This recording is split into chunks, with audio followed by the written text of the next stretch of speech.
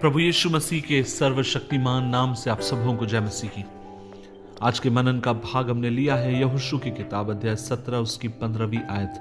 Book of Joshua chapter 17 verse 15 लिखा है, यहोशू ने उनसे कहा, यदि तुम गिनती में बहुत हो और एफ्राइम का पहाड़ी देश तुम्हारे लिए छोटा हो, तो परिज्जियों और रपैयों का देश जो जंगल में है उसमें जाकर पेड़ों को काट डालो।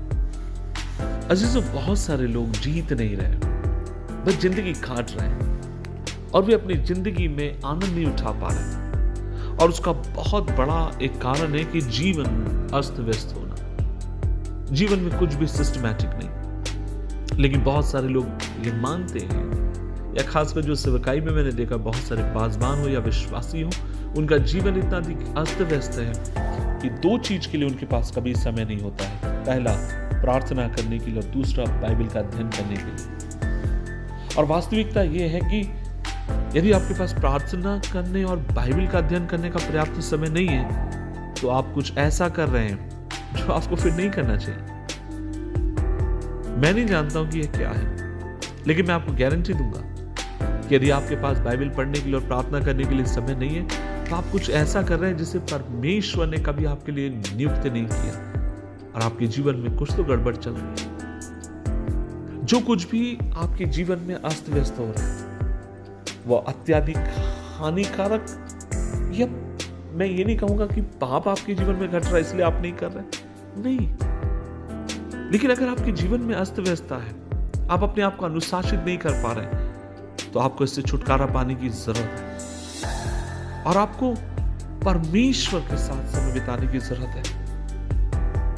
परमेश्वर चाहता है कि आप उसके साथ अपने रिश्ते को सही करें। परमेश्वर चाहता है कि आप उसके संग पवित्र समय बिताने वाले हो।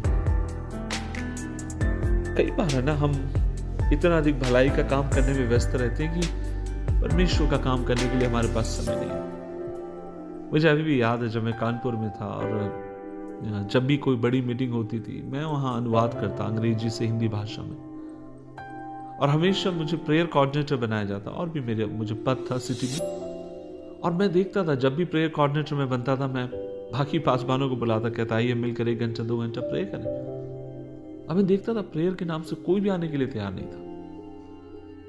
वचन का वहां पढ़ा जाता था, प्रचार किया जाता था, कोई भी सुनने के लिए तैयार नहीं था।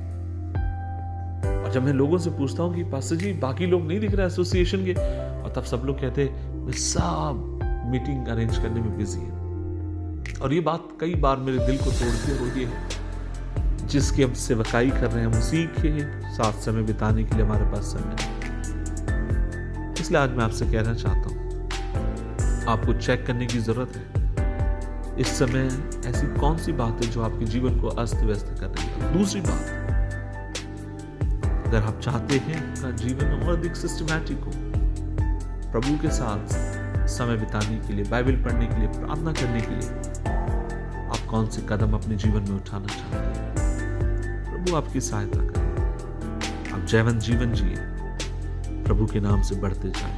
प्रभु आपको आशीष दे। दुआ करें। प्रभु जी, हम धन्यवाद देते हैं इस दिन के लिए। तूने हमें सेवक करके नियुक्त किया, विश्वासी करके बुलाया।